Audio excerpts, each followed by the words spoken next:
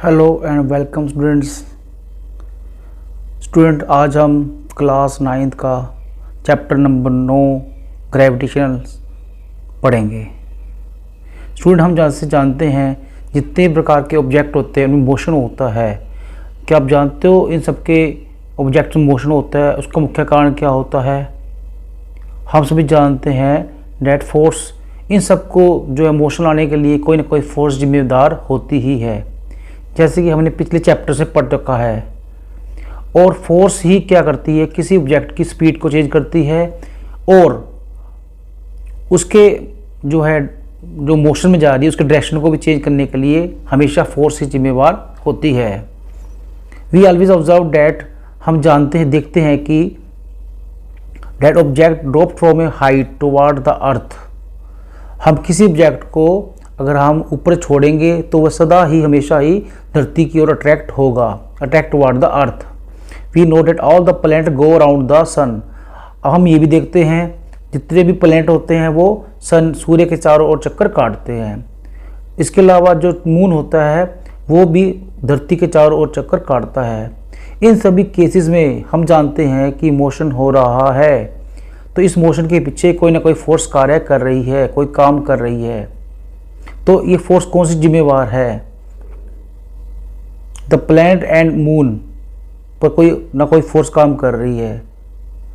इस सब को प्रश्नों को उत्तर जानने के लिए सर आइजैक न्यूटन ने इन बातों पर ध्यान दिया और नोट किया कि इन चीज़ों पर एक ही फोर्स जो है रिस्पॉन्सिबल है। इस फोर्स का उन्होंने नाम दिया था ग्रेविटेशनल फोर्स। आज अब इस चैप्टर में हम स्टूडेंट्स पढ़ेंगे कि ग्रेविटेशनल फोर्स क्या होती है, यूनिवर्सल लॉ ऑफ ग्रेविटेशन क्या होता है। हम इसके अलावा ये भी डिस्कस करेंगे कि जो ऑब्जेक्ट्स होते हैं वो ग्रेविटेशनल फोर्स के अंडर कैसे काम करते हैं, कैसे मूव करते हैं। We shall also study the weight of body, हम ये भी डिस्कस करेंगे कि बॉडी का वेट कैसे एक स्थान से दूसरे स्थान पर जाने पर बदल जाता है। तो स्टूडेंट हम स्टार्ट करते हैं चैप्टर ग्रेविटेशन, जो है हमारा टॉपिक है ग्रेविटेशन। हम सभी जानते हैं as moon goes around the earth, जो चंद्रमा होता है वो धरती के चारों ओर चक्कर काटता है। जब हम किसी ऑब्जेक्ट को ऊपर की ओर फेंकते हैं वो कुछ हाइट तक तो जाता है, लेकिन उस हाइट के बाद वो सीधा धरती के ओर नीचे गिर जाता है। इट इज़ सेड, ऐसा कहा जाता है कि एक बार जो न्यूटन थे वो एक पेड़ के नीचे बैठे थे, अचानक उन पर उस पेड़ से एक एप्पल उन पर गिर जाता है। The fall of Apple made Newton start thinking, जब एप्पल उन पर सिर पर गिरा तो न्यूटन ने सोचना शुरू कर दिया ऐसा क्यों हुआ। He thought that if earth can attract an apple, कि जब एक धरती एप्पल को अट्रैक्ट कर सकती है तो अपनी ओर गिरा सकती है, खींच सकती है, तो मून को क्यों नहीं? क्या इन दोनों केस में फोर्स एक जैसी होगी? उन्होंने ही conjectured that the same type of force is responsible in the both cases, उन्होंने ध्यान से ऑब्जर्व किया कि इन दोनों केसों में चाहे कोई वस्तु धरती की ओर गिर रही हो या चंद्रमा धरती के चारों ओर चक्कर लगा रहा हो मून, तो दोनों के लिए सेम फोर्स ही जिम्मेवार है, रिस्पॉन्सिबल है।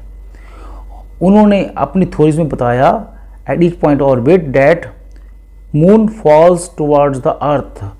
तो स्टूडेंट्स इस पॉइंट को समझने के लिए हमें एक एक्टिविटी देखनी पड़ेगी, आइए समझते हैं। इस एक्टिविटी में क्या है स्टूडेंट्स, एक लड़का है, उसने पत्थर को धागे से बांध रखा है और तेजी से वो पत्थर को अपने चारों ओर घुमा रहा है। देखिए उसने क्या लिया है, एक धागे का टुकड़ा लिया है और उसके एक एंड पर पत्थर को बांध दिया है और दूसरे हाथ से तो hold the other end of thread, और उसने जो दूसरे सिरे को हाथ से पकड़ रखा है और तेजी से घुमा रहा है। अगर हम इस मोशन को ध्यान से देखें तो क्या होता है कि जो पत्थर है सर्कुलर पाथ में घूम रहा है। स्टूडेंट्स ध्यान देंगे, जो पत्थर है वो सर्कुलर पाथ में घूम रहा है। जैसे ही पत्थर को छोड़ा जाएगा तो क्या होगा, वो सीधा गति में मूव कर देगा। जिस भी पॉइंट पर इसको छोड़ेंगे तो वो तब सर्कुलर गति नहीं करेगा बल्कि स्ट्रेट लाइन में चला जाएगा, पॉइंट्स कोई भी हो। Before thread release stone is move in circular path with certain speed. जब भी पत्थर सर्कुलर पाथ में घूम रहा है तो इसकी स्पीड हर एक पॉइंट में चेंज होती जा रही है, जिसकी वजह से एक एक्सेलरेशन पैदा हो रहा है। तो इस एक्सेलरेशन जो पैदा हो रहा है, this force is also called the centripetal force, क्योंकि ये फोर्स सेंटर से ही पैदा हो रही है। इस फोर्स को हम सेंट्रीपिटल फोर्स भी कह रहे हैं। तो क्या है, पत्थर को हर एक पॉइंट पे जो है ये अपनी ओर खींच रही है, अट्रैक्ट कर रहा है। देखिए ये लड़का है, जो फोर्स है इसकी सेंट्रीपिटल फोर्स है, पत्थर को हर एक पॉइंट पे अपनी ओर अट्रैक्ट कर रही है, जिसकी वजह से क्या है, ये मूव कर रहा है। जैसे ही फोर्स हटेगी तो ये टेंजेंट सीधी रेखा में गति करना शुरू कर देगा। तो स्टूडेंट इस पॉइंट को हम समझते हैं, जो ये बीच में क्या है हमारा अर्थ है। ये जो चीज़ घूम रही है, स्टोन को मान लेते हैं मून। जो अर्थ होती है मून को अपनी ओर हमेशा हर पॉइंट पे खींचती रहती है, अट्रैक्ट करती है, जिसकी वजह से क्या होता है, मून जो अर्थ के चारों ओर चक्कर लगा रहा है। और ये जो फोर्स ऑफ, जो इसकी जिम्मेवार है वो है फोर्स ऑफ ग्रेविटी। इस प्रकार से आप स्टूडेंट समझ सकते हैं कि जो मून होता है अर्थ के चारों चक्कर लगा रहा है, क्यों, due to force of gravity की वजह से जा रहा है, ग्रेविटेशन फोर्स की वजह से चक्कर काट रहा है।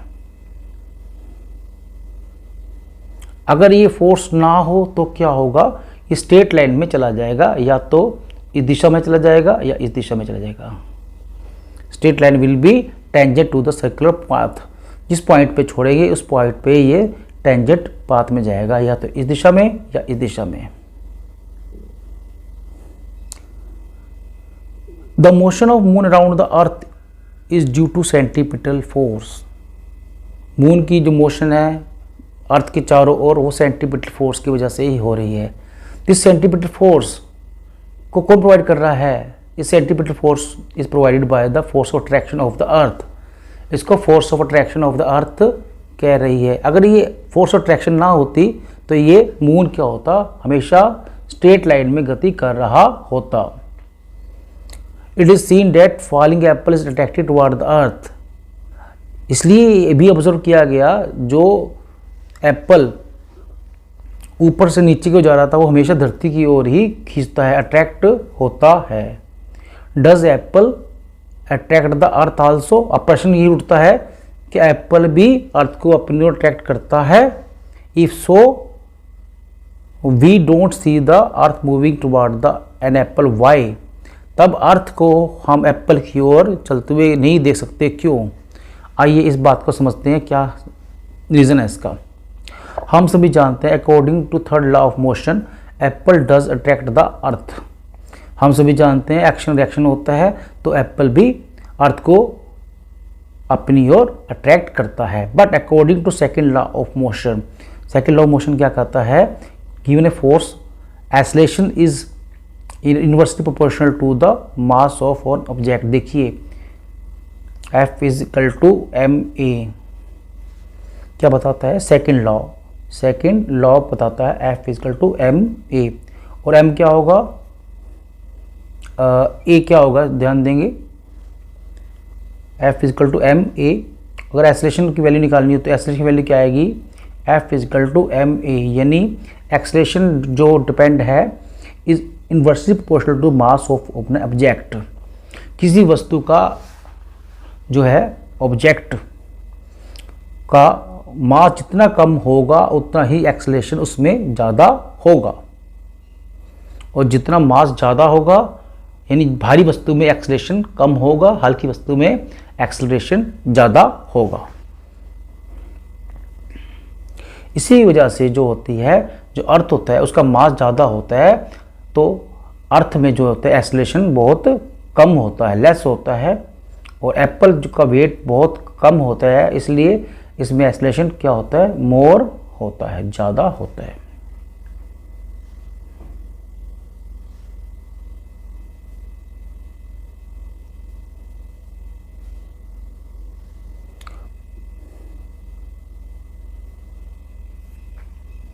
इसी प्रकार in our solar system all planets go around the sun. इसी प्रकार जो होता है हमारे सोलर सिस्टम में सभी प्लैनेट्स होते हैं सूर्य के चारों ओर चक्कर काटते हैं, ठीक है, दिस ग्रेविटेशनल फोर्स की वजह से ही काटते हैं। इसी बात को हम जैसे हमने पहले डिस्कस किया था वैसे ही पत्थर वाली जो एक्टिविटी थी उसके द्वारा हमें बता सकते हैं। That force attraction between the, अब इसमें क्या है, फोर्स अट्रैक्शन किसके बीच में पाई जाती है, सन और प्लैनेट के बीच में पाई जाती है। इन सभी बातों से न्यूटन ने क्या बताया कि not only the earth attract the Apple and the moon but also in universe, न केवल एप्पल और अर्थ एक दूसरे को अट्रैक्ट करते हैं, मून और अर्थ एक दूसरे को अट्रैक्ट करते हैं, बल्कि यूनिवर्स में जितने भी वस्तुएं हैं वो सारी सारी एक दूसरे को अट्रैक्ट करती है। This force of attraction is called gravitational force. ये फोर्स ऑफ अट्रैक्शन होती है ऑब्जेक्ट के बीच में, इसे हम ग्रेविटेशनल फोर्स कहते हैं। नेक्स्ट टॉपिक अपना universal law of gravitation. Every object, ये यूनिवर्सल लॉ ऑफ ग्रेविटेशन क्या कहता है कि विश्व में, यूनिवर्स में कोई भी दो ऑब्जेक्ट हों, every object in universe attract the other object with the force proportional to product of their masses and inversely proportional to the square root of the distance between them। मान लीजिए कि दो object रखे हुए हैं, मान लो एक जो होती है, जो बड़ी वस्तु है उसका मान लेते हैं कैपिटल M, और जो छोटी वस्तु उसका जो है मास मान लेते हैं M, स्मॉल m। उनके बीच में डिस्टेंस कितना है, रेडियस के बीच में दोनों डिस्टेंस कितना है, r मान लिया जाता है। तो क्या कहता है, विश्व की जितनी वस्तुएं हैं उनके बीच में फोर्स ऑफ अट्रैक्शन लगती है। ये कैसे होती है, this is directly proportional to the their weights, उनके भार के बराबर इन्वर्सली प्रोपोर्शनल होती है, और उसकी डिस्टेंस के जो डिस्टेंस होता है उसकी इन्वर्सली प्रोपोर्शनल होती है। यानी जितना भार ज़्यादा होगा उतना फोर्स ऑफ अट्रैक्शन ज़्यादा होगा, जितना डिस्टेंस कम होगा फोर्स ऑफ अट्रैक्शन ज़्यादा, और डिस्टेंस ज़्यादा तो फोर्स ऑफ अट्रैक्शन कम होगा। और ये ही डिस्कस किया गया, यहाँ पर दो ऑब्जेक्ट मान लिए गए हैं, ए और बी मान गया है, जिनका कि वेट क्या माना गया, m माना गया है, और दूसरी वस्तु का क्या माना गया है, स्मॉल m। अब फोर्स ऑफ अट्रैक्शन देखते हैं इनमें क्या होगा। हम सभी जानते हैं फोर्स ऑफ अट्रैक्शन क्या होता है, directly proportional to the mass of the object, और इनवर्सली प्रोपोर्शनल क्या होते हैं, दोनों के बीच में जो डिस्टेंस है उनके बीच में होता है। अगर हम दोनों को कंबाइन करते हैं तो दोनों कंबाइन करने पर क्या होता है, F is directly proportional to M, capital M into small m upon d square. d क्या है, डिस्टेंस है, या इसको अब ऐसे लिख सकते हैं F is equal to G M into M upon d, जहाँ पर G क्या है, कॉन्स्टेंट ऑफ प्रोपोर्शनलिटी है, जिसकी वैल्यू हम कैसे निकालेंगे, देखिए निकालते हैं। यहाँ पर निकाला है F इंटू डी स्क्वायर, ये क्रॉस मल्टीप्लाई करते हैं तो क्या आएगा, F into D square is equal to G M M upon G into M. तो ये हम निकालते हैं तरीके से, क्रॉस मल्टीप्लाई कर दिया यहाँ पर हमने। अब जी की वैल्यू निकाल ली हमने, जी की वैल्यू होगी F into D square M into small m, capital M into small m। That's unit of G can be obtained by substituting the unit of force, distance and mass। जैसे हम इसकी force की unit रख दें, distance की unit रख दें तो, और मास की यूनिट रख दें, हम इसकी जो है क्या निकाल सकते हैं, लिखने पर जो इसकी यूनिट आएगी वो आएगी न्यूटन, जो फोर्स की न्यूटन है, डिस्टेंस की क्या है मीटर स्क्वायर आ गई, और जो मासेस हैं यहाँ पर किलोग्राम स्क्वायर। सो इसकी यूनिट क्या होगी, न्यूटन मीटर पर kilogram square. The value of G was founded by the Henry Cavendish by using the sensitive balance। sensitive balance के द्वारा उसका जो है मेजर किया उसने, तो जो वैल्यू निकाली वो कितनी थी 6.673 into 10 power minus newton metre पर किलोग्राम स्क्वायर। स्टूडेंट्स ये वैल्यू हमेशा हर जगह एक जैसी ही होती है, इसलिए हम इसे यूनिवर्सल वैल्यू कहते हैं। If we know that there exist of force of attraction between the and objects, हम सभी जानते हैं दो ऑब्जेक्ट के बीच में हमेशा फोर्स ऑफ अट्रैक्शन होता है। अब इन दोनों के फोर्स ऑफ अट्रैक्शन कैसे निकालते हैं, आइए डिस्कस करते हैं। हम देखते हैं कि यूनिवर्स में दो फ्रेंड्स बैठे हैं, इनके फोर्स ऑफ अट्रैक्शन है, तो ये फोर्स ऑफ अट्रैक्शन क्या है, आपस में चिपकती क्यों नहीं है। फ्रेंड 1 और फ्रेंड 2 बैठे हैं, आपस में चिपकते नहीं हैं, क्यों नहीं चिपकती, हम इसलिए मानते हैं क्योंकि ये धरती पर ही है, इनके बीच में जो फोर्स ऑफ अट्रैक्शन होती है बहुत कम होती है, क्योंकि जो धरती की जो फोर्स ऑफ अट्रैक्शन लग रही है वो बहुत ज़्यादा है, क्योंकि इसका मास ज़्यादा है, इसलिए ये आपस में चिपकते नहीं हैं। आइए कैलकुलेट करते हैं दिए गए न्यूमेरिकल्स में। The mass of earth is 6 × 10⁻24 kg and that of the moon is 7.4 × 10⁻22 kg। अगर डिस्टेंस दोनों के बीच में कितना है 3.84 × 10⁻5 किलोमीटर। अब इनके बीच में फोर्स ऑफ अट्रैक्शन निकालनी है, यहाँ पर जी का मान दे रखा है 6.67 × 10⁻11 न्यूटन मीटर स्क्वायर पर किलोग्राम स्क्वायर। देखिए वैल्यू पुट कर लीजिए, यहाँ पर mass of earth capital M रख लिया हमने 6 × 10⁻24 kg, मून का रख लिया स्मॉल एम मान लिया यहाँ पर 7.4 × 10⁻22 kg, और डिस्टेंस क्या है दे रखे हमारे को 3.84 × 10⁻5 किलोमीटर। इस प्रकार से कैलकुलेट करने पर वैल्यू हमारे को जो है जी दे रखी है 6.7 × 10⁻11 न्यूटन मीटर पर किलोग्राम स्क्वायर। तो स्टूडेंट वैल्यू पुट करने पर हम जो कैलकुलेट करते हैं तो कितनी आती है इसकी वैल्यू 2.02 × 10⁻20 न्यूटन। इस प्रकार से force exerted by earth on moon is 2.02 × 10⁻20 Newton होगी। अब हमने देखा importance of universal law of gravitation. Gravitation law का जो है हमारे जीवन में बहुत महत्व है, साइंस में बहुत ज़्यादा महत्व है। ये हमें बताता है डैट कि धरती पर जितनी भी वस्तुएं होती हैं धरती पर आकर गिरती हैं वापस, क्यों, इस बारे में ये एक्सप्लेन करता है। इसके अलावा ये बताता है कि जो चंद्रमा है यानी मून है धरती के चारों ओर क्यों घूमता है। इसके अलावा ये और भी बताता है कि सूर्य के चारों ओर ग्रह चक्कर क्यों काटते हैं। इसके अलावा और ये बताता है कि जो होता है tides due to moon and the sun, समुद्र की लहरें उठती हैं वो सूर्य और चंद्रमा की फोर्स ऑफ ग्रेविटी की वजह से आती हैं, क्यों आती हैं। ये सभी बातें हमारे को एक्सप्लेन करता है universal law of gravitation.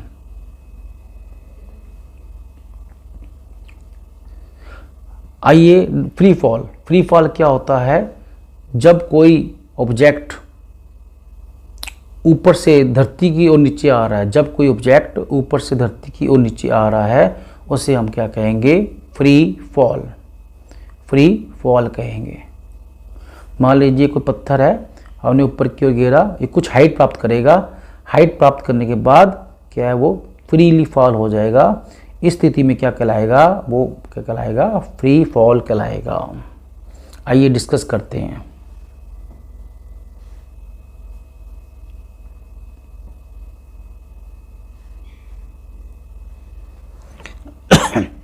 We learn that earth attract the object. हम सब जानते हैं कि अर्थ होती है प्रत्येक वस्तु को अपनी ओर खींचती है। ऐसा क्यों होता है, ग्रेविटेशन फोर्स की वजह से ही ऐसा वो कर पाती है। When ever object fall toward the earth this force alone, जब कोई वस्तु धरती की ओर गिरती है, फोर्स ऑफ ग्रेविटेशन के अंदर गिरती है, तब हम उसको कहेंगे कि वो वस्तु जो ऑब्जेक्ट है that is in the free fall condition, वह फ्री फॉल कंडीशन में पाया जाता है। क्या सभी धरती पर आने वाली वस्तुएं एक जैसी ही वेलोसिटी से गिरती हैं? आइए डिस्कस करते हैं। While falling there is no change in direction of the object. धरती पे जितनी वस्तुएं होती हैं उनके डायरेक्शन में कभी जो चेंज नहीं आता। जितनी भी वस्तुएं हैं वो हमेशा इनका डायरेक्शन कैसा होता है, एक ही होता है, वो नीचे की ओर जाते हैं, तो इनका डायरेक्शन क्या होता है, हमेशा सेम ही होता है। But due to earth of attraction there will change in the magnitude of the velocity. जब कोई धरती से ऊपर की ओर जाती है, लेकिन फोर्स ऑफ ग्रेविटी जैसे क्या होता है, इनकी स्पीड में जो होता है, मैग्नीट्यूड में जो फर्क आ जाता है, वेलोसिटी में फर्क आ जाता है। Any change in velocity involves acceleration. इस प्रकार से वेलोसिटी में जो चेंज आता है उसे हम एक्सेलरेशन कहते हैं। इस प्रकार से जब भी कोई वस्तु धरती की ओर खींचती है तो वहाँ पर क्या होता है, एक एक्सेलरेशन पैदा हो जाता है। इस एक्सेलरेशन को हम एक्सेलरेशन जो होता है वो क्यों पैदा होते हैं, this is due to the earth gravitation force. ये अर्थ की ग्रेविटेशन फोर्स की वजह से ही होता है। इसलिए इस प्रकार से जो पैदा होता है एक्सेलरेशन, उसे हम कहते हैं acceleration due to gravity. Gravity force की वजह से हुआ तो इसका दूसरा नाम क्या हो सकता है, acceleration due to gravity.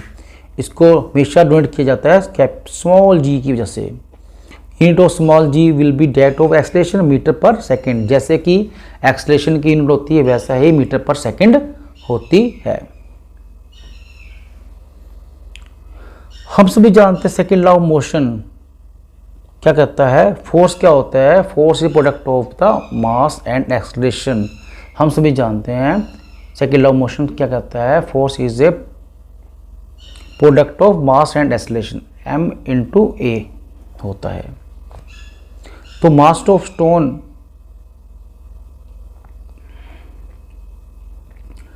Late the, आइए डिस्कस करते हैं ये क्या से इसको एक्सप्लेन करना है तो हम कैसे करते हैं। तो मास ऑफ स्टोन, मान लीजिए कोई एक्टिविटी, पिछली एक्टिविटी में क्या एम मान लीजिए, कोई स्टोन है उसका वेट क्या मान लिया, स्मॉल एम। हम जानते हैं extension due to falling object gravity force is denoted by the capital small g के द्वारा प्रदर्शित किया जाता है।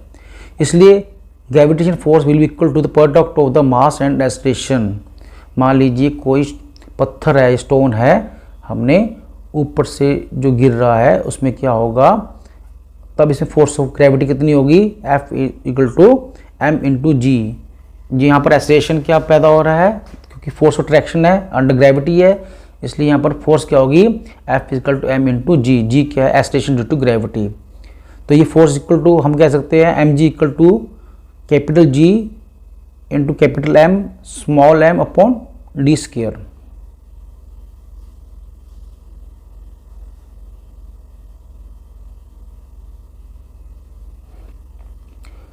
इस प्रकार से we can take G to be more or less constant near the earth but object fall from the earth, acceleration gravity force is given by the equations आता है।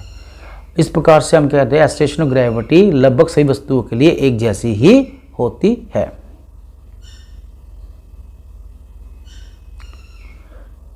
आइए कैलकुलेट करते हैं एक्सेलरेशन ग्रेविटी कैसे निकालते हैं। हम सभी जानते हैं जी का, यहाँ से हमने जी की निकाल रखा है, जी की वैल्यू निकालनी है। जी की वैल्यू क्या है, यहाँ पर दे रखी है हमारे को 6.67 into 10 power minus 11 newton metre पर स्क्वायर।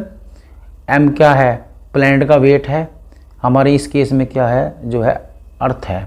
6 इंटू 10 पावर 24 kg रखा गया है। आर क्या है, डिस्टेंस है 6.4 इंटू 10 पावर 6 मीटर स्क्वायर।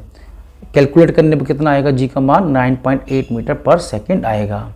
इस प्रकार से एक्सेलरेशन ड्यू टू ग्रेविटी अर्थ पर कितनी मानी गई है, 9.8 मीटर पर सेकेंड मानी गई है।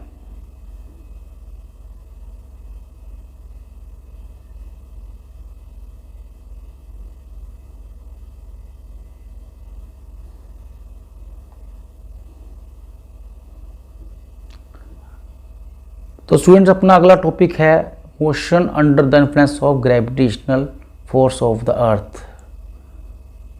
जब कोई ऑब्जेक्ट ग्रेविटेशनल फोर्स की अंडर इफेक्ट में मूव करता है तो उसमें क्या क्या एक्टिविटीज़ होती हैं उसको हम डिस्कस करेंगे, वो कैसे कैसे मोशन होता है। आइए take a sheet of paper and stone, drop them symmetries from observe falling. अगर हम जो होता है किसी वस्तुओं को ऊपर से गिरेंगे तो नीचे, तो इस लॉ के अनुसार क्या होगा, दोनों एक समान स्पीड से पहुंचने चाहिए। We know that all object experience एसेशन टू ग्रेविटी फॉल। जितने भी ऑब्जेक्ट्स को हम गिराएंगे उन पर क्या होगा, एसेशन ड्यू टू ग्रेविटी लगेगी फ्री फॉल में। हम जानते हैं एसेशन to gravity experience by an object in independent of is the mass. वस्तु का कोई मास हो उस पर निर्भर नहीं करती। तो एसेशन ग्रेविटी क्या कहती है, चाहे वस्तु होलो हो चाहे सॉलिड, चाहे बड़ी हो चाहे छोटी हो, धरती पर ये क्या है, सेम रेट पर पहुंचनी चाहिए अगर उस पर कोई भी प्रकार का फ्रिक्शन एयर वगैरह ना हो। तो गैलीलियो ने क्या किया था, गैलीलियो ने drop the different object from the top of leaning tower of Pisa. पीसा की मीनार से अलग अलग प्रकार के ऑब्जेक्ट गिराए, तो उन्होंने अपनी बात को प्रूव किया कि जो सभी ऑब्जेक्ट है एक ही टाइम पर पहुंचे। हम सभी जानते हैं g is constant near the earth equation for the line.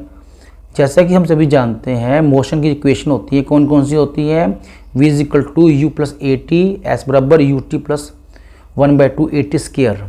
Third होती है v square is equal to u square plus 2 a s. अब इसमें जो एसेशन पैदा हो रहा है ए है। अगर भाई ये एसेशन पैदा होता हो, ये अगर मोशन अर्थ के फोर्स ऑफ अट्रैक्शन के अंडर हो, तब एसेशन क्या कहलाएगा, एसेशन क्या हो जाएगा, एसेशन पैदा होगा वो ड्यू टू ग्रेविटी होगा। तो इसलिए अगर यहाँ पर वैल्यू जी रखे तो सेम लॉ फॉलो करते हैं इस कंडीशंस में। Applying this equation we will take एसेशन। ठीक है, जब कोई वस्तु ऊपर से नीचे की ओर आएगी तो हम एसेशन कितना लेना है, हमने पॉजिटिव लेना है। एसेशन क्या लेना है, जी कैसे लेनी है, पॉजिटिव। लेकिन जैसे ही हम वस्तु को ऊपर ही ओर खींचेंगे तब ग्रेविटी जो है एसेशन टू ग्रेविटी का होगा नेगेटिव लिया जाएगा। इस पॉइंट का आपने स्टूडेंट बहुत ध्यान रखना है। आइए, एक कार को सर्टेन हाइट से गिराया जाता है, ठीक है, वो 0.5 सेकेंड में पहुंचती है। यहाँ पर जी का मान जी इज इक्वल टू 10 मीटर पर सेकेंड दे रखा है। तो क्वेश्चन क्या बनता है, what speed on striking the ground, किस स्पीड से ये कार धरती पर गिरेगी। What is average speed during the 0.5 second, 0.5 second में इसकी एवरेज स्पीड क्या होगी। और from how height is the from the ground, इसकी ग्राउंड से कितनी हाइट होगी। देखिए स्टूडेंट कैलकुलेट करते हैं। टाइम इक्वल टू 1/2 सेकेंड दे रखा है। इनिशियल वेलोसिटी कितनी रखी है, 0, क्योंकि जब ऊपर से गिराया गया था तो स्टार्टिंग वेलोसिटी क्या थी, 0 थी। और जैसे मूव किया तो इसके अंदर वेलोसिटी कौन सी आ गई, एसेशन ड्यू टू ग्रेविटी, जो कितनी है, फाइनल वेलोसिटी है, वो है एसेशन ड्यू ग्रेविटी कितना है, 10 मीटर पर सेकेंड स्क्वायर। और कार पे ये प्लस का निशान क्यों आया, क्योंकि ये ऊपर से नीचे की ओर गिर रही है। अब v निकालते, v is equal to U A plus T.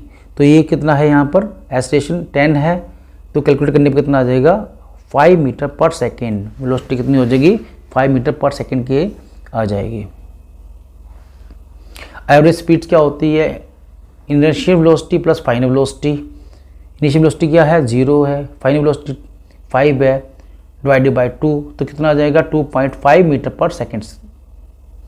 Distance कितना होगा, distance equal to s 1/2 a t square, 1/2 into a दे की वैल्यू दे रखी है 10 मीटर पर second into 0.5 second square. Calculate करने में कितना आ जाएगा, 1.5 मीटर। इस प्रकार से हमने जो है speed on striking ground, average speed और height of ledge from the ground निकाल लिया है।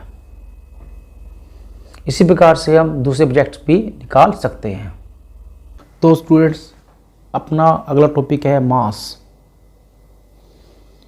हम सभी जानते हैं, जैसे कि हमने पिछले चैप्टर पढ़ रखा है, मास on object is a measure of inertia. वास्तव में मास क्या होता है, मान लो कोई वस्तु है, mass is a quantity of matter present in it. किसी वस्तु के अंदर जो उस पदार्थ से बनी है, उस पदार्थ की मात्रा, वो उसके कहलाती है मास, क्वांटिटी ऑफ मैटर। जिसके अंदर ज़्यादा मास होगा उसका इनर्शिया ज़्यादा होगा, मास कम होगा तो इनर्शिया भी कम होगा। इस प्रकार से हम क्या कहते हैं, मास होता है इनर्शिया के बारे में बताता है। तो स्टूडेंट्स, मास क्या हुआ, mass of an object is the measure of the inertia. We also learn that the greater the mass and greater the inertia, जैसे मैंने आपको यहाँ पर समझा रखा है।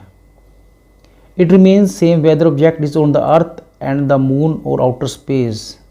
हम सभी जानते हैं मास क्या आता है, हमेशा यूनिवर्सल होता है, चाहे इसे मून पे ले जाओ, चाहे अर्थ पे ले जाओ, चाहे किसी और स्पेस पे बाहर ले जाएं, तो जो मास होता है वो हमेशा एक जैसा ही रहता है किसी ऑब्जेक्ट का।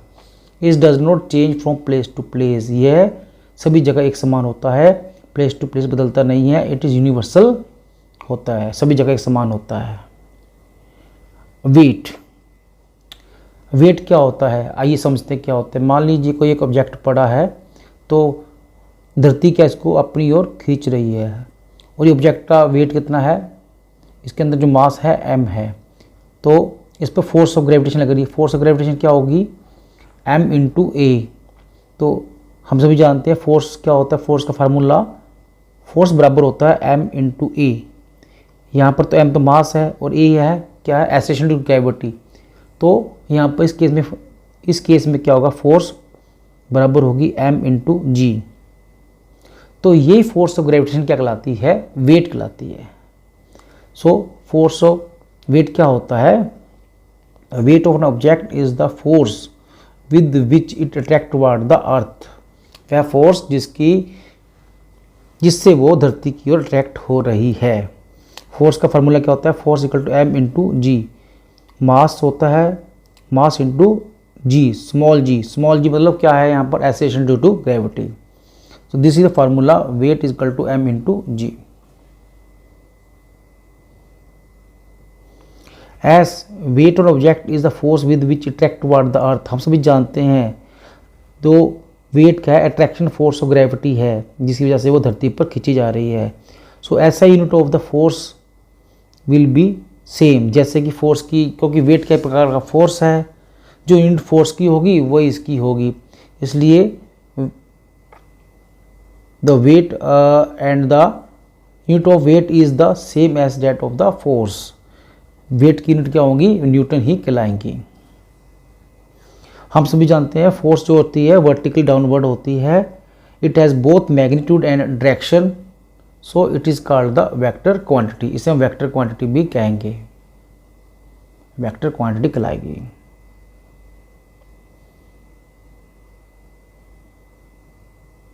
हम सभी जानते हैं कि वैल्यू ऑफ जी, जो जी की वैल्यू होती है अलग अलग प्लेस पे अलग अलग होती है। इस प्रकार से हम कह सकते हैं जो है प्लेस पे, अलग अलग प्लेस पे वेट होता है वो अलग अलग होगा। ठीक है, जो वेट होता है वो वेरी करेगा, लेकिन जो है मास होगा हर जगह एक समान रहेगा। क्यों वेट क्यों वेरी करेगा, क्योंकि weight equal to m into g. G जो होती है स्मॉल जी, ग्रेविटी वेरी करती है, इसलिए वेट वेरी करता है, जबकि मास वेरी नहीं करता। आइए डिस्कस करते हैं, मून पर कोई ऑब्जेक्ट लेकर जाएंगे तो उस पर क्या वेट कितना होगा। आइए मान लीजिए कोई ऑब्जेक्ट है जिसका मास m है, तो उस पर वेट, उसका वेट मून पर कितना होगा, Wm। मान लिए जो ऑब्जेक्ट है, कोई एक ऑब्जेक्ट है, उसका मास तो m है, जब उसको मून पर लेकर जाएंगे तो उसका वेट बन जाएगा W इंटू m मान लिया, and mass of the moon will be m। Radius कितना माना जाए, r। इसी प्रकार जहाँ प्लैनेट में लेके जाएंगे उसके अनुसार हमें कैलकुलेट करना पड़ेगा। आइए अर्थ का निकालते हैं, वेट किसी ऑब्जेक्ट का अर्थ पे कितना होगा और मून पे कितना होगा। अर्थ का मास दे रखा है 5.9 इंटू 10⁻24 kg, और रेडी कितना है 6.37 इंटू 10⁻6 मीटर। मून का दे रखा है यहाँ पर 7.36 इंटू 10⁻22, और रेडियस कितना दे रखा है 1.74 इंटू 10⁻6।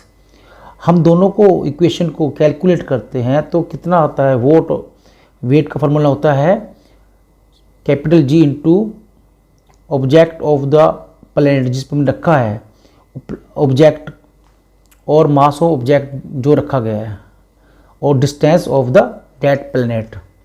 तो इसको सब्स्टिट्यूट करने पर जो निकाल के आते हैं, तो इनको क्या रेशो होता है, रेशो निकल के आता है 1/6 कि ऑब्जेक्ट ऑफ द मून 1/6 होगा। यानी किसी भी, मान लो कोई ऑब्जेक्ट है, उसका 60 kg कहता है वेट है अर्थ पर, तो मून पर जाकर कितना हो जाएगा, 1/6 हो जाएगा। 1/6 मीन्स 1/6 इंटू एक्चुअल वेट करेंगे तो कितना हो जाएगा 10, तो वो उसका 10 जो हो जाएगा।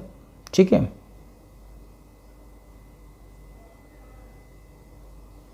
न्यूटन, उसका वेट कितना हो जाएगा, 10 न्यूटन हो जाएगा। यानी जो भी एक्चुअल वेट है उसको हम 1/6 से मल्टीप्लाई करेंगे, तो इस प्रकार से ऑब्जेक्ट का मून पर हम निकाल सकते हैं कि कितना वेट होगा।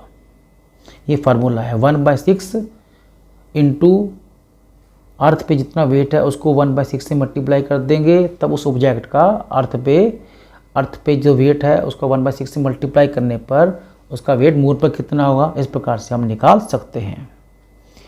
एक एग्जाम्पल दे रखा है, मास ऑन ऑब्जेक्ट, किसी मून पर ऑब्जेक्ट कितना दे रखा है, 10 kg है उसका मास, वेट निकालिए अर्थ पे। देखिए यहाँ पर मास दे रखा है m बराबर 10 kg, acceleration due to gravity कितना 9.8 मीटर दे रखा है, वेट निकालना है। वेट का फार्मूला क्या होता है, m इंटू जी, मास दे रखा है, ग्रेविटी दे रखी है, इनको मल्टीप्लाई करने पर कितना आएगा 98 न्यूटन, तब उस ऑब्जेक्ट का वेट कितना होगा, 98 न्यूटन होगा। इसी पर एग्जाम्पल नोट करा गया है। यहाँ पर एक ऑब्जेक्ट है जिसका वेट कितना है 10 न्यूटन, जब उसको अर्थ पे मापा जाता है उसका वेट कितना होता है, 10 न्यूटन होता है। What would be its weight when measure in the surface of the moon, जब उसी ऑब्जेक्ट को मून पर ले जाकर वेट किया जाएगा तब कितना होगा, तो उसका निकालना है वेट। बहुत आसान फार्मूला है, जैसा मैंने आपको पहले बताया था, वेट ऑफ द अर्थ होगा उसको 1/6 से मल्टीप्लाई करना है, तो वेट ऑफ करने पर कितना आ जाएगा, 10 डिवाइडेड बाय 6 करने पर 1.67 न्यूटन आ जाएगा।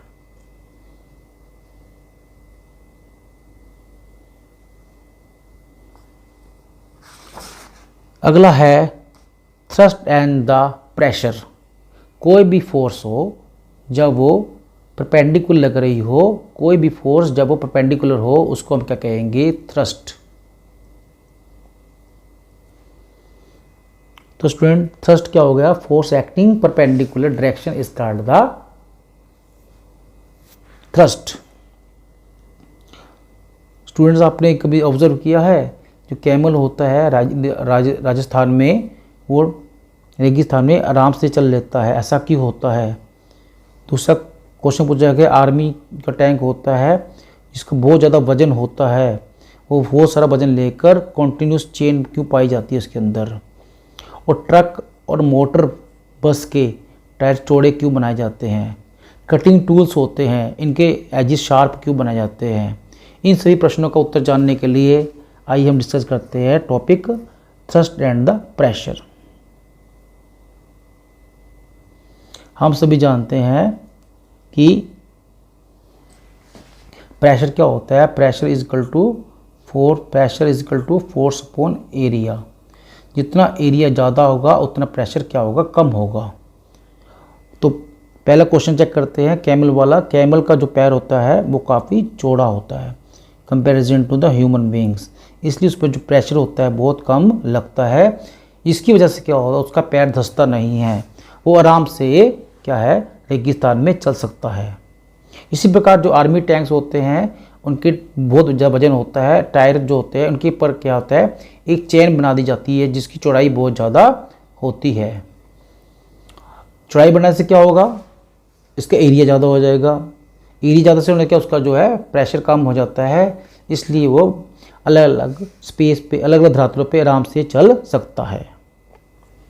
अब होते हैं जो कटिंग टूल्स होते हैं, जैसे चाकू वगैरह होते हैं, तो इनका क्या क्या आता है, इनके जो एजेस होते हैं काफ़ी शार्प बनाए जाते हैं। क्यों, शार्प जो एजेस होते हैं उनका एरिया क्या होता है, बहुत कम होता है। अब इस एरिया जब कम होगा तो प्रेशर ज़्यादा होगा, फोर्स ज़्यादा लगेगी, तो इस प्रेशर ज़्यादा से क्या होगा, जो चीज़ें आसानी से कट जाएंगी। तो इन सभी चीज़ों का जो फार्मूला है कि pressure is equal to force upon area. Pressure area जितना कम होगा प्रेशर ज़्यादा होगा, और प्रेशर कम कब होगा, जब एरिया ज़्यादा होगा। इन सभी क्वेश्चन का आंसर आपको मिल गया होगा।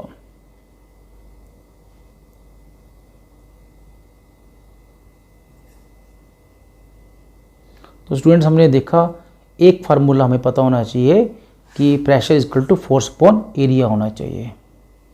आइए देखिए, थ्रस्ट और प्रेशर का मतलब समझते हैं। आपने सभी देखा होगा कि जब हम नोटिस बोर्ड पे नोटिस चिपकाते हैं तो पिंस होती हैं। पिंस का जो अपर सिरा होता है वो काफ़ी चौड़ा होता है और जो नीचे वाला होता है काफ़ी ब्लड्स होता है। ऐसा क्यों होता है? ऐसा इसलिए होता है जब इस पर प्रेशर लगाएंगे तो हमारे पर चोट नहीं लगती, दबाव नहीं पड़ता। लेकिन जो हमारा दबाव इस एरिया पर जाएगा तो वहाँ पर जहाँ पर एरिया कम है वहाँ पर हमारा फोर्स फुली काम करेगी, प्रेशर बन जाएगा। इसी वजह से जो ड्राइंग पिन होती है धंस जाती है, क्योंकि इसका निचला सिरा काफ़ी कम होता है, इसका एरिया बहुत कम होता है। आप सभी ने लगाई होगी नोटिस बोर्ड में, पिन का प्रयोग किया होगा। ये देखिए यहाँ पर फोर्स एक्टिंग ऊपर small area tip of the pin. Pin of जो टिप होती है इसका जो एरिया होता है बहुत कम होता है, ताकि ये अंदर तक जा सके।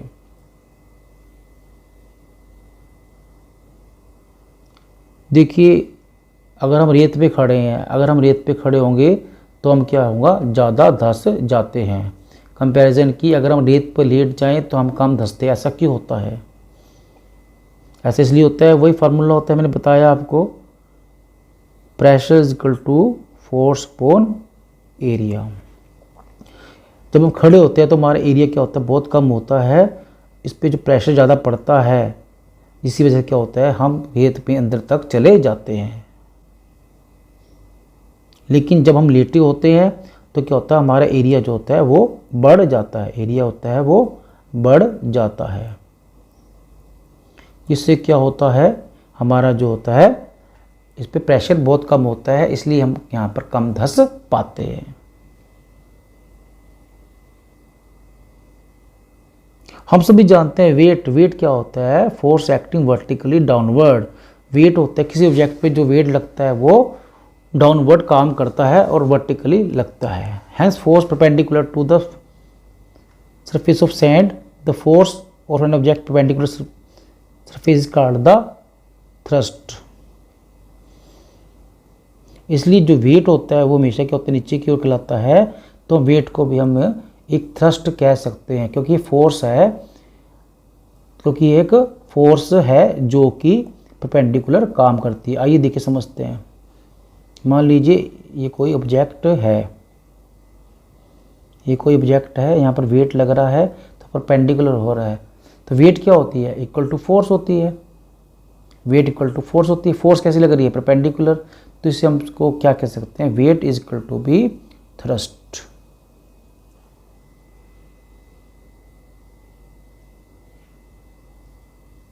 यहाँ आपको समझ आ गया होगा।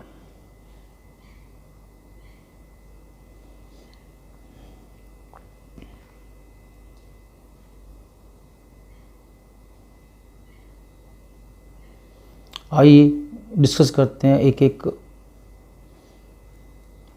और उसके बाद हम करते हैं unit of thrust and area. ऐसे यूनिट ऑफ द प्रेशर कि न्यूटन पर मीटर स्क्वायर माना जा गया है, क्योंकि साइंटिस्ट ब्लेजी पास्कल ने इसकी खोज की थी, इसलिए यूनिट ऑफ प्रेशर को उनको नाम क्या माना जाता है, पास्कल। हम सभी जानते हैं pressure is equal to force upon area.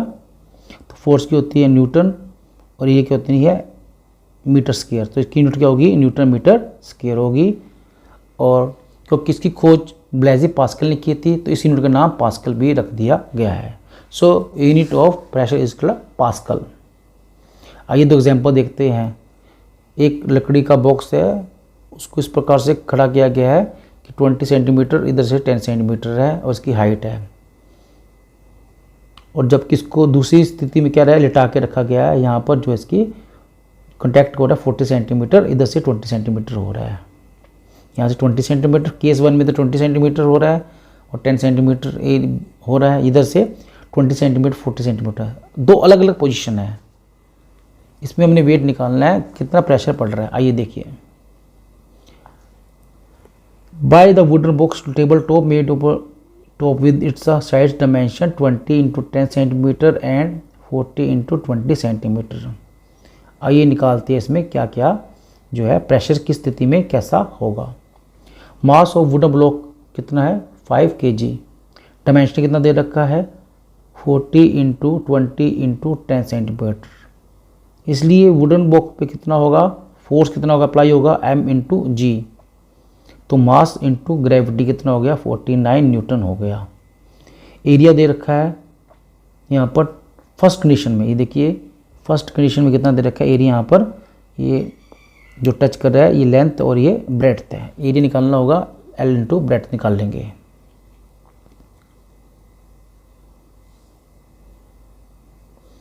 तो 20 सेंटीमीटर इंटू 10 सेंटीमीटर कितना आ जाएगा 200 सेंटीमीटर स्क्वायर। जब इसे कन्वर्ट करेंगे मीटर स्क्वायर में करेंगे तो 0.02 मीटर स्क्वायर आ जाएगा। प्रेशर किसमें निकलेगा 49 डिवाइडेड बाय एरिया, तो कितना आ जाएगा 2450 न्यूटन पर मीटर स्क्वायर। तो फर्स्ट केस में प्रेशर निकल आया हमारा। सेकंड, जब वुडन बॉक्स को लेटाया जाता है, पहले स्टैंडिंग पोजीशन पे था यहाँ पर, उसके बाद इसको लेटाया जाता है, तब क्या होगा।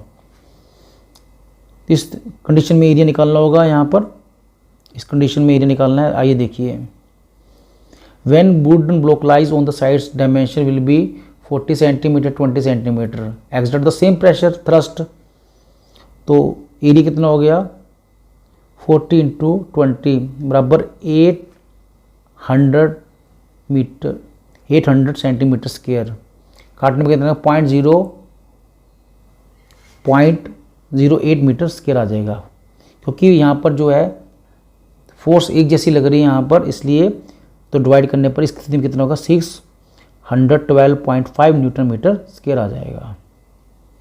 तो किस में ज़्यादा लगेगा स्टूडेंट्स, इस कंडीशन में जो ज़्यादा हो जाएगा।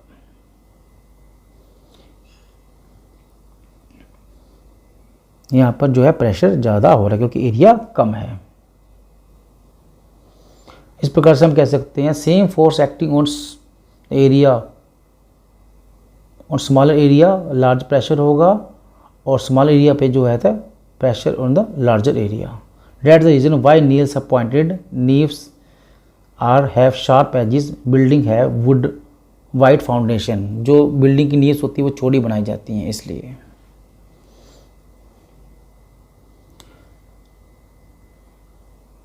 प्रेशर इन फ्लूइड्स, हम सभी जानते हैं जो सॉलिड्स में होता है जो प्रेशर होता है हमेशा डाउनवर्ड्स ही होता है, लेकिन लिक्विड और गैसेस में क्या होता है, दे प्रेशर क्या होता है सभी जगह अलग अलग डालते हैं क्योंकि इनका अपना वेट होता है। They also pressure exert on the basis and walls of the container, तो जो होते हैं लिक्विड होते हैं वो हर जगह प्रेशर पाते हैं कंटेनर में जिसमें रखा जाता है, हर डायरेक्शन में प्रेशर पाते हैं। Pressure exert in fluid mass is the transmitted in all direction, इस सभी डायरेक्शन में भेज दिया जाता है, इक्वली होता है। अब जो ये प्रेशर पाते हैं लिक्विड और फ्लूइड्स, इस प्रकार की फोर्स को हम क्या कहते हैं बायोंट फोर्स कहते हैं, और जो प्रोसेस होता है बायोंसी प्रोसेस कहते हैं।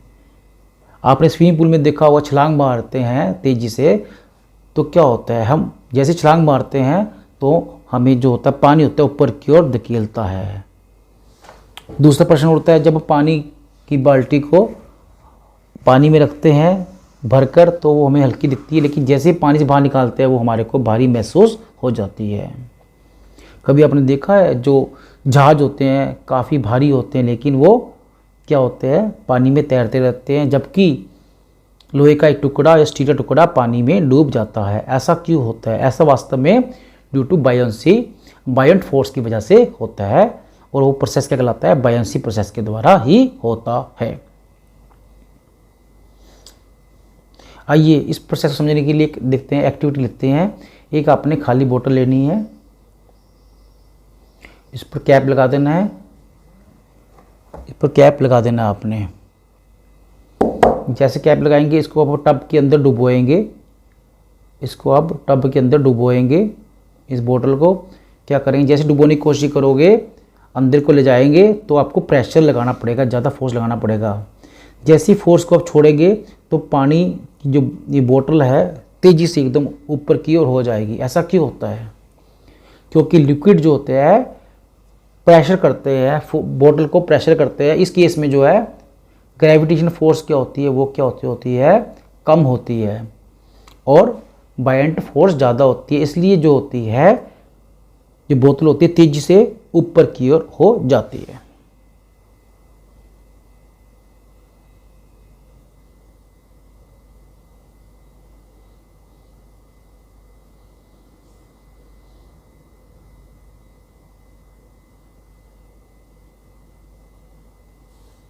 इस प्रकार से हम देखते हैं जो ये फोर्स लगती है इसे कैसी होती है, अप थ्रस्ट फोर्स कहते हैं। जो लिक्विड डालते हैं उसे हम बायंट फोर्स भी कह सकते हैं। आइए, why object float or sink when placed on the surface of the water. ऐसा क्यों होता है? कुछ वस्तुएं होती हैं जब उसको पानी में डाला जाता है, कुछ तो वस्तुएं इसमें तैर जाती हैं और कुछ वस्तुएं डूब जाती हैं। ऐसा क्यों होता है? आइए एक एक्टिविटी करते हैं। अगर पानी लेते हैं, पानी के अंदर कुछ लोहे की कील डालते हैं, आप देखते हो वो डूब जाती है। लेकिन जैसे ही इसके अंदर कॉर्क का टुकड़ा डालते हैं, कॉर्क का एक टुकड़ा डालते हैं, तो क्या वो तैरने लग जाता है। ऐसा इतना डिफरेंस क्यों होता है? ऐसा क्यों होता है? Because force down acting on the nail, जो लोहे की कील होती है इसके जो फोर्स होती है, ग्रेविटेशन फोर्स लगती है, वो ज़्यादा होती है अप थ्रस्ट फोर्स की वजह से। अप थ्रस्ट फोर्स क्या होती है, यहाँ पर कम होती है, यहाँ ज़्यादा होती है, इसलिए यहाँ पर डूब जाती है। जबकि कॉर्क होता है उसकी जो ग्रेविटेशन फोर्स लग रही होती है वो क्या होती है, कम होती है, और अप थ्रस्ट फोर्स ज़्यादा होती है, इसकी वजह से वो तैरता रहता है।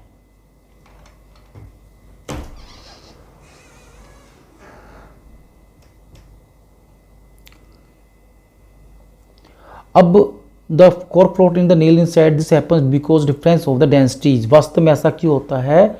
डेंसिटीज की वजह से ही होता है। एक टुकड़ा सेम एरिया आप लोहे का ले लीजिए, एक वुडन का ले लीजिए, अब दोनों के एरिया समान है, ठीक है। जब पानी में डुबाएंगे इसको, आयरन के टुकड़े को डुबोएंगे तो क्या होगा, ये डूब जाएगा। जबकि वुडन का होगा वो तैर जाएगा। ऐसा क्यों? इसके अंदर जो मैटर होता है वो कम है, इसके अंदर मैटर ज़्यादा है, इसलिए डूब जाता है। तो density mass per unit volume, तो इसका मास क्या होता है, ज़्यादा है, इसका कम है। तो यहाँ पर मास पर यूनिट वॉल्यूम क्या है, इसकी ज़्यादा है, यहाँ पर कम है। दूसरे शब्दों में कह सकते हैं density of iron is more than the density of wooden, that's why it sinks in the water.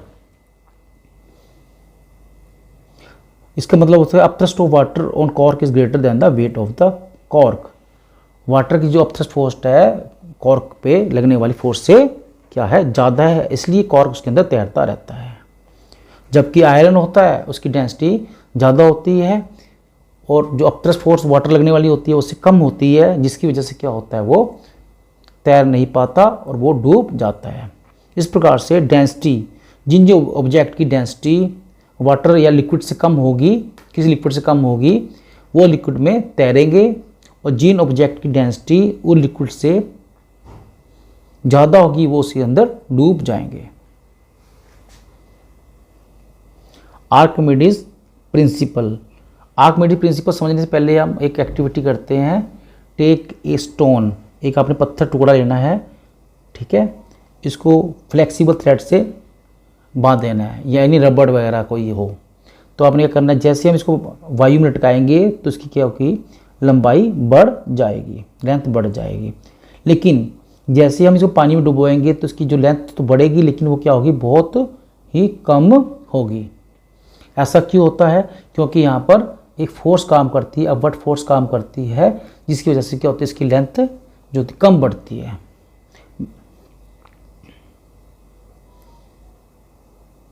ये यहाँ पर ये सारी एक्टिविटी समझा रखी है, ठीक है। अब we know elongation of produce spring balance due to weight of the stone. हम सभी जानते हैं स्प्रिंग बैलेंस में जब लेंथ होती है उसकी बढ़ती है क्योंकि स्टोन की वजह से बढ़ती है, वेट ऑफ स्टोन की वजह से बढ़ती है। जैसे जैसे एक्सटेंशन डिक्रीज होती है stone is lowered in the water. जैसे जैसे हम पानी में डुबोते हैं तो इसकी जो लेंथ होती है वो धीरे धीरे कम होने जाती है। इसी मतलब कोई ना कोई फोर्स है जो स्टोन पर काम कर रही है, अपवर्ड कर रही है, जिसकी वजह से इसकी लेंथ बहुत कम स्ट्रेच हुई है। इस प्रकार से हम कह सकते हैं net force acting on string decreases hand the elongation of also decreases. इसी फोर्स की वजह से जो इलोंगेशन इसका कम होता है। इस प्रकार से जो अपवर्ड फोर्स होती है उससे हम कहते हैं फोर्स ऑफ बायोंसी कहते हैं। तो फोर्स ऑफ बायोंसी किस कहाँ काम आती है? It is act in the liquids. What is the magnitude of the buoyant force exerted by the body? Is it same for all fluid of the body? जितने fluids हैं उन सब के लिए एक जैसी होती है? Do all bodies have given fluid experience same buoyant force? क्या सभी वस्तुएं एक लिक्विड में सेम जैसी एक जैसी फोर्स करते हैं? इन सभी का क्वेश्चन जो है उत्तर है आर्किमिडीज प्रिंसिपल में दिखाया गया है। आर्किमिडीज प्रिंसिपल क्या कहता है? जब किसी बॉडी को लिक्विड में इमर्ज्ड फुली पूरी तरह से या पार्शली थोड़ी मात्रा में डुबाया जाता है तो ये क्या करती है? अपवर्ड फोर्स महसूस करती है equal to weight of the fluid displace. मतलब कहना है कि जब हम मान लीजिए लिक्विड है, ठीक है, ये पूरी तरह से भरा गया है, जब इसके अंदर पत्थर डालेंगे तो क्या होगा? ये पानी हटाएगा। जितना इसका वेट होगा उतना ये लिक्विड को जो है हटाएगा यहाँ से। इस प्रकार से हम कह सकते हैं कि स्ट्रिंग जो है धागे की लंबाई कम क्यों हुई थी। Archimedes principle has many applications. Archimedes principal का जो हमारे लाइफ में बहुत सारा जो इम्पोर्टेंस है, ये किस किस काम आता है? आइए देखिए मेन इसकी एप्लीकेशन कौन सी होती है आर्किमिडीज प्रिंसिपल्स की जो होती है। Archimedes principle has many application. It is use designing the ship as submarines. ये जहाज़ों का आकार बनाने में सहायता करता है, पनडुब्बियों का आकार बनाने में सहायता करता है ताकि वो अधिक तेज़ी से पानी में तैर सके। लैक्टोमीटर का निर्माण करने में सहायता करता है जिसकी वजह से हम purity of the sample of milk निकाल सकते हैं। मिल्क का सैंपल लेकर उसकी प्योरिटी निकाल सकते हैं। हाइड्रोमीटर में प्रयोग होता है, determine density of the liquids, liquid density में अपने काम होता है। इस प्रिंसिपल पे इसकी बहुत सारी इंपॉर्टेंस है, बहुत ज़्यादा काम आती है। तो स्टूडेंट्स मैं आशा करता हूँ आपको ये टॉपिक समझ आया होगा।